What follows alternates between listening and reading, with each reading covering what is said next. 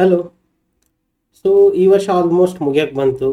So ಈ ಟೈಮಲ್ಲಿ ನೀವೇನಾದರೂ ಒಂದು ಫ್ಲ್ಯಾಗ್ಶಿಪ್ ಮೊಬೈಲ್ ತಗೋಬೇಕಾ? ಸೊ ಅದ್ರ ಬಗ್ಗೆ ಸ್ವಲ್ಪ ಡಿಸ್ಕಸ್ ಮಾಡೋಣ.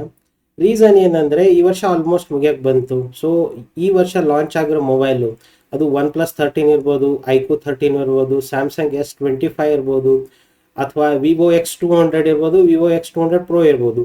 ಸೊ ಎಲ್ಲ ಮೊಬೈಲ್ಸು 60,000ಗಿಂತ ಜಾಸ್ತಿ ಇದೆ ಪ್ರೈಸಿಂಗು.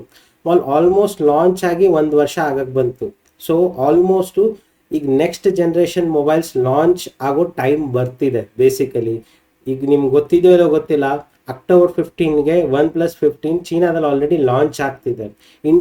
ನವಂಬರಲ್ಲಿ ಇಂಡಿಯಾದಲ್ಲೂ ಲಾಂಚ್ ಆಗುತ್ತೆ, ನವಂಬರ್ ಅಥವಾ ಮ್ಯಾಕ್ಸಿಮಮ್ ಡಿಸೆಂಬರಲ್ಲಿ. ಸೊ ಈ ಟೈಮಲ್ಲಿ ನೀವು ಫುಲ್ ಪ್ರೈಸ್ ಕೊಟ್ಟು ಹೋದ ವರ್ಷದ ಮೊಬೈಲ್ ತೊಗೊಂಡ್ರೆ ಲಾಸ್ ನಿಮ್ಮದೆ. ಓಕೆ, ಸೊ ಬೇಸಿಕಲಿ ಅದಕ್ಕೆ ಹೇಳ್ತಿದ್ದೀನಿ, ಇದು ಫ್ಲ್ಯಾಗ್ಶಿಪ್ ಮೊಬೈಲ್ ತೊಗೊಳಕ್ಕೆ ಟೈಮ್ ಸರಿ ಅಲ್ಲ. ಓಕೆ, ತಗೋಕ್ಕೆ ಈಗ ಬೆಸ್ಟ್ ಟೈಮ್ ಇರೋದು ಒಂದೇ, ಐಫೋನ್ಗೆ. ಯಾಕಂದರೆ ಐಫೋನ್ ಲಾಂಚ್ ಆಗೋದು ಆಲ್ಮೋಸ್ಟ್ ಸೆಪ್ಟೆಂಬರಲ್ಲಿ ಆಗುತ್ತೆ. ಸೊ ಆ ಟೈಮಲ್ಲಿ ಅದಾದಮೇಲೆ ಲಾಂಚ್ ಆದಮೇಲೆ ತೊಗೊಳೋದು ವಾಸಿ. ಓಕೆ, ಯಾಕಂದರೆ ನಿಮಗೂ ಗೊತ್ತಿದೆ, ಆಲ್ಮೋಸ್ಟ್ iPhone 16 65,000 ತನಕನೇ ರೇಟ್ ಇತ್ತು, 65 to 70 ಇತ್ತು. ಈಗ ಲಾಂಚ್ ಆದಮೇಲೆ ಸೇಲಲ್ಲಿ ಬಂದು 54ಗೆ ಅದು ಮಾರ್ತಿದ್ದಾರೆ ಆಲ್ಮೋಸ್ಟು. ಸೊ ಹಾಗೆ ಈಗ OnePlus 13 ಹಳೇದು OnePlus 15 ಲಾಂಚ್ ಆದ ಕೂಡಲೇ OnePlus 13 ಪ್ರೈಸು ಅರೌಂಡ್ ಕಮ್ಮಿ ಆಗುತ್ತೆ, ಇಲ್ಲಾಂದ್ರೆ ಪ್ರೊಡಕ್ಷನ್ನೇ ನಿಂತೋಗುತ್ತೆ. ನಾರ್ಮಲಿ ಏನಾಗುತ್ತೆ ಗೊತ್ತಾ, ಐಫೋನ್ ಒಂದೇ ಹಳೆ ಜನ್ರೇಷನ್ ಮೊಬೈಲ್ ಆಲ್ಮೋಸ್ಟ್ ಸೆಲ್ ಮಾಡ್ತಾರೆ. ಇವೊಂದು ಹೊಸ ಜನ್ರೇಷನ್ ಮೊಬೈಲ್ ಲಾಂಚ್ ಆದರು, ಫಾರ್ ಎಕ್ಸಾಂಪಲ್ ಈಗ 17 ಲಾಂಚ್ ಆದರೂ 16 ಇನ್ನೂ ಸೇಲ್ ಆಗ್ತಿದೆ. ಆದರೆ OnePlus ಹಂಗೆ ಮಾಡಲ್ಲ, ಅಥವಾ ಬೇರೆ ಬ್ರ್ಯಾಂಡ್ಸ್ ಹಂಗೆ ಮಾಡಲ್ಲ. ಆಲ್ಮೋಸ್ಟ್ ಅದು ಹೊಸ ಜನ್ರೇಷನ್ ಮೊಬೈಲ್ ಲಾಂಚ್ ಆಯಿತು ಅಂದರೆ ಹಳೆ ಜನ್ರೇಷನ್ನ ಡಿಸ್ಕಂಟಿನ್ಯೂ ಮಾಡಿಬಿಡ್ತಾರೆ. ಆಲ್ಮೋಸ್ಟ್ 2 ತಿಂಗಳಲ್ಲಿ ಸ್ಟಾಕ್ ಕ್ಲಿಯರ್ ಆಗುತ್ತೆ.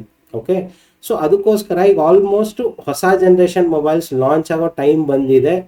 ಸೊ ಈ ಟೈಮಲ್ಲಿ ನೀವು ಫ್ಲ್ಯಾಗ್ಶಿಪ್ ಮೊಬೈಲ್, ಸ್ಪೆಸಿಫಿಕ್ ಆಗಿ ಹೇಳ್ತಿದ್ದೀನಿ ಅಂದರೆ 60,000ಗಿಂತ ಜಾಸ್ತಿ ಇರೋ ಮೊಬೈಲ್ಸ್ನ ತೊಗೊಳಕ್ಕೆ ಹೋಗಬೇಡಿ. ಓಕೆ, ವೇಟ್ ಮಾಡಿ 1-2 ತಿಂಗಳು, ಯಾಕಂದರೆ ಎಲ್ಲ ಮೊಬೈಲ್ಸ್ ಲಾಂಚ್ ಆಗ್ತವೆ, ನಿಮ್ಗೆ ತೊಗೊಳಕ್ಕೆ ಈಸಿ ಆಗುತ್ತೆ. ಸೊ ಅದು ಪ್ಲಸ್ ಪಾಯಿಂಟು. ಮಿಡ್ ರೇಂಜು ನಡೆಯುತ್ತೆ. ಓಕೆ, ಯಾಕೆ ಹೇಳ್ತಿದ್ದೀನಿ ಅಂದರೆ ಫ್ಲ್ಯಾಗ್ಶಿಪ್ಪಲ್ಲಿ ಏನಾಗುತ್ತೆ, 60-70, ಫಾರ್ ಎಕ್ಸಾಂಪಲ್ OnePlus 13 ಈಗ ಪ್ರೈಸು 65,000ಇಂದ ಸ್ಟಾರ್ಟ್ ಆಗಿದೆ. ಓಕೆ, ಈಗ OnePlus 15 ಲಾಂಚ್ ಆದ ಕೂಡಲೇ ಅದು ಪ್ರೈಸಿಂಗ್ ಅರೌಂಡ್ 40-45,000 ಬಂದುಬಿಡುತ್ತೆ. ಓಕೆ, ಅದು ಜನರಿಕ್ ಆಗಿ ಪೂರ್ತಿ ಬರಲ್ಲ, ನಾರ್ಮಲಿ ಅದಕ್ಕೆ ಡಿಸ್ಕಂಟಿನ್ಯೂ ಆಗುತ್ತೆ. ಅದು ಡಿಸ್ಕಂಟಿನ್ಯೂಗಿಂತ ಮುಂಚೆ ಆ ಪ್ರೈಸ್ ಅಷ್ಟು ಡೌನ್ ಆಗುತ್ತೆ. ಸೊ ಒಂದು 20,000-25,000 ನಿಮಗೆ ಚೇಂಜ್, ಒಂದು ಎಕ್ಸ್ಟ್ರಾ ಪ್ರೈಸಿಂಗ್ ಪ್ರಾಬ್ಲಮ್ ಬರುತ್ತೆ, ನಿಮ್ಗೆ ಲಾಸ್ ಆಗೋದು ಪ್ರಾಬ್ಲಮ್ ಬರುತ್ತೆ. ಸೊ ಅದಕ್ಕೋಸ್ಕರ ಏನು ಮಾಡಿ, ವೇಟ್ ಮಾಡಿ 1-2-3 ತಿಂಗಳು. ಆದರೆ ಮಿಡ್ ರೇಂಜಲ್ಲಿ ಏನಾಗುತ್ತೆ, 20,000, 25,000, 30,000 ಮೊಬೈಲ್ ಇರ್ತಾವಲ್ಲ, ಅವತ್ರ ಪ್ರೈಸು 5,000ಗಿಂತ ಜಾಸ್ತಿ ಡಿವಿಯೇಟ್ ಆಗಲ್ಲ. ಸೇಲಲ್ಲಿ ಒಂದು ಸ್ವಲ್ಪ ಡಿಸ್ಕೌಂಟ್ ಕೊಡ್ತಾರೆ ಬಿಟ್ಟರೆ ಅವು ಡೈರೆಕ್ಟ್ ಡಿಸ್ಕಂಟಿನ್ಯೂ ಆಗ್ತವೆ, ಇಲ್ಲ ಸ್ವಲ್ಪ ಪ್ರೈಸ್ ಕಮ್ಮಿ ಮಾಡಿ ಕಂಟಿನ್ಯೂ ಮಾಡ್ತಾರೆ. ಯಾಕಂದರೆ ಮಿಡ್ ರೇಂಜ್ ಮೊಬೈಲ್ಸಲ್ಲಿ ಆಲ್ರೆಡಿ ಅಂಥದ್ದೇನು ಮೇಜರ್ ಮಾರ್ಜಿನ್ ಇರಲ್ಲ.